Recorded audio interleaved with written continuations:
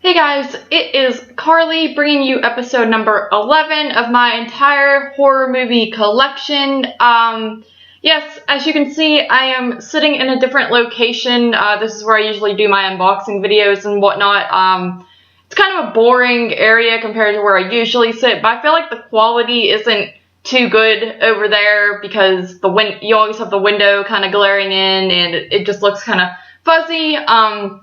And it's also kind of annoying to set up everything over there, so I decided to just do it at my kitchen table here. If you guys don't like this setup, let me know and everything, but I just felt like for the sake of the quality, it would be better. But yes, anyway, this is going to be part one of the Blu-ray portion. So yeah, I don't have nearly as many Blu-rays as I do DVDs, but with that being said, I've gotten quite a lot over the past year or so based on, getting Horror Pack and just finding stuff out in the wild and things like that. So yeah, I'm going to go ahead and get started. I'm just going to do these 20 at a time. So to start off here, we have some Scream Factories, and first up we have The Burning.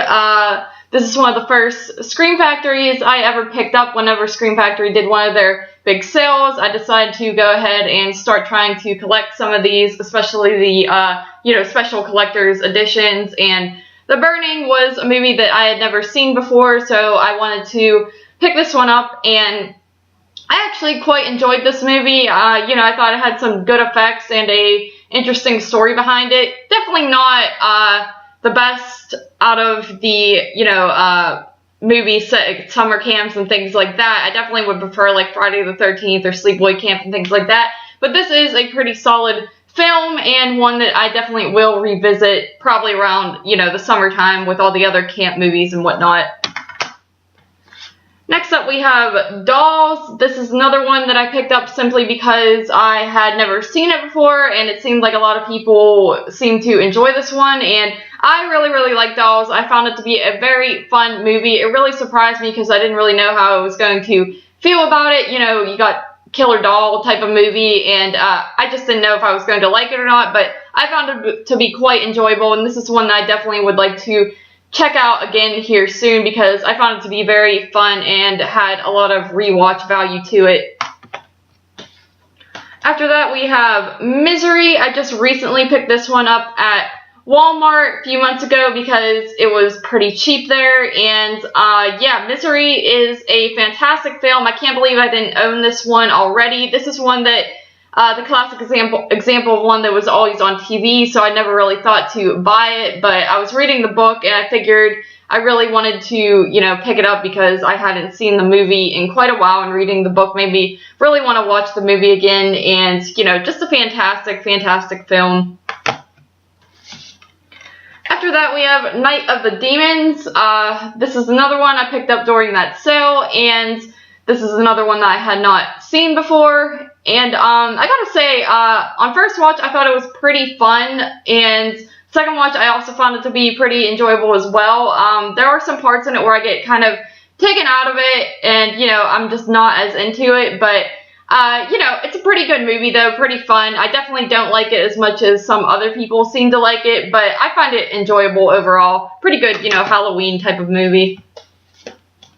After that we have Silent Night, Deadly Night. This is a film that my friend Matt from work actually bought me because, lucky me, he picked my name for the Secret Santa we do at work, and he always goes and sees movies with us and things like that, so he knows that I'm into horror and he's into horror, so it was the perfect gift to get me, especially because I had recently got all the other ones on VHS, and this was the only one that I did not own, so was happy to have this one. Silent Night, Deadly Night, not one that I grew up with. I just watched it recently, actually this past year for the first time, but I really, really liked it. This is definitely one that I'll be putting in around Christmas time, probably every year now.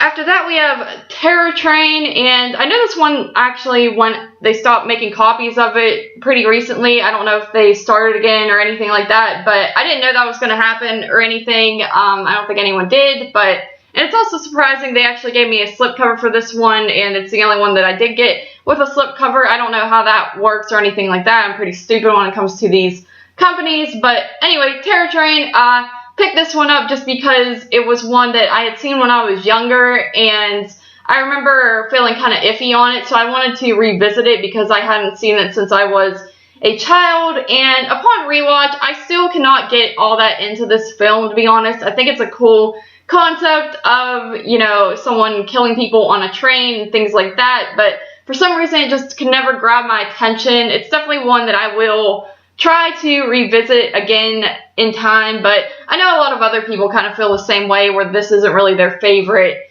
movie in the world, but yeah, you know, I'm glad to own it though. Right, then after that we have They Live.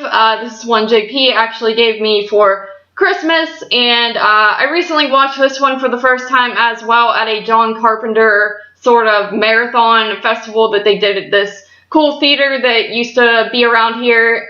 It's still around, but new owners have it now, but they used to host cool events like this, and I thought this movie was pretty awesome. I didn't think I was going to like it that much because I know it's more action sci-fi than horror, but I was pleasantly surprised, and I really enjoyed it. Because I watched it around that time, I never actually watched this here Scream Factory copy, but I'll probably pop this in sometime next year or something like that, but not really anytime soon because I don't like watching stuff over again in such a short period of time. That is it for the Scream Factories. Now into just the regular Blu-rays. We have American Mary. I thought this was a fantastic film. I think I picked this up because JP probably recommended it to me, saying it was sort of like, you know, Alice Kills or May, those types of movies where you just have this sort of quirky female lead character, or in this case, she's, you know, not overly weird or anything like that. She's kind of normal and just has some bad shit happen to her, and then you kind of see the evolution of her and how she just kind of snaps, and I really just love movies like this. I thought this was fantastic. I only seen this one once as well, but it's definitely one that I would like to revisit again soon. Then we have American Psycho. This is another one that was, you know, right up my alley, where you're just kind of following one character through his weird, bizarre life, and just sort of a weirdo type of character with a very strange, out there personality. I really like films like this, and this is another one that I do need to give another rewatch to because I've only seen this one once as well, and I remember the first time watching it, I wasn't all that into it from the beginning, but then as it went on, I kind of grew to love it, so I would like to be curious to check it out again and see how I feel now, but I thought it was pretty fantastic by the end of it.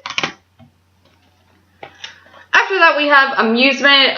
This is sort of an anthology film that I remember I saw back on, it was either on demand or Netflix or something like that, back when I had, you know, back when I was living at home. I was either in middle school or high school, or not sure when this even came out really, but 2009, so I was probably in middle school when I first saw this, and I remember liking it. I think I think it's like the second, the one with the clown is definitely the best one in this. I think it's the second story going on in this, but the other ones aren't as good, but overall I find this to be a pretty, you know, enjoyable movie. It's got some disturbing aspects to it, and it's definitely one that I would rewatch. It's not overly great or anything like that. Like I said, it's got that one really, really good story to it, and then the other ones are just kind of, you know, just a little bit above average or average, but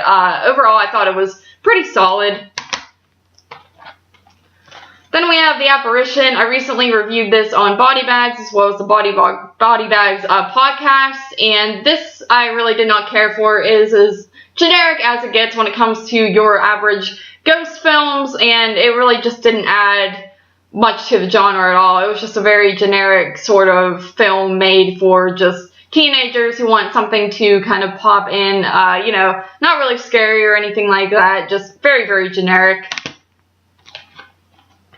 Then we have The Barber. This is one that I got in Horror Pack, and I think I like this one. I actually, oddly enough, I can't even remember how I really felt about this one. I think I enjoyed it, which is weird because I recently talked about it on our Jerry and I's Horror Pack podcast, but I can't for the life of me remember how I felt about it fully. I don't even really remember the story, but for some reason I think I liked it, but obviously it's kind of forgettable. But yeah, I can't really say much about this one.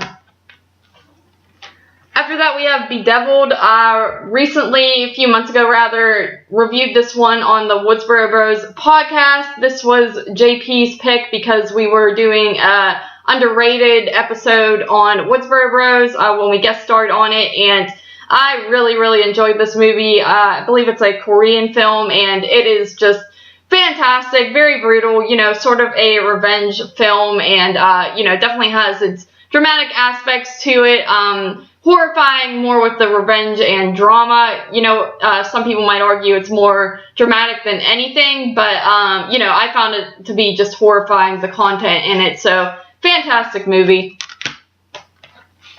After that, we have The Bird with the Crystal Plumage. I think JP gave me this one as well, and I gotta say, these movies just really aren't for me. I've definitely said this before, but, another Argento film, Giallo or whatever, and I just kind of get bored with them and confused by the characters and stuff like that. I can't really say too much on this one because I can't really remember exactly how I felt about it. So yeah, definitely one I would have to give another watch to. Maybe later in life I'll grow to enjoy these movies more because I know a lot of people find films like this to be pretty fantastic, but for me they're just not really my cup of tea as of now.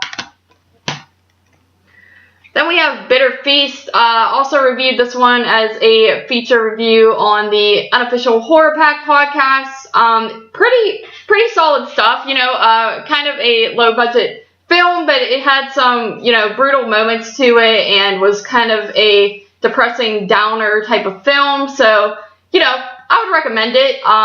Not too bad. It actually has James LeGros in it, oddly enough. I've only ever seen him in Phantasm 2. I don't really know of much else that he does, but he plays a pretty convincing character in it.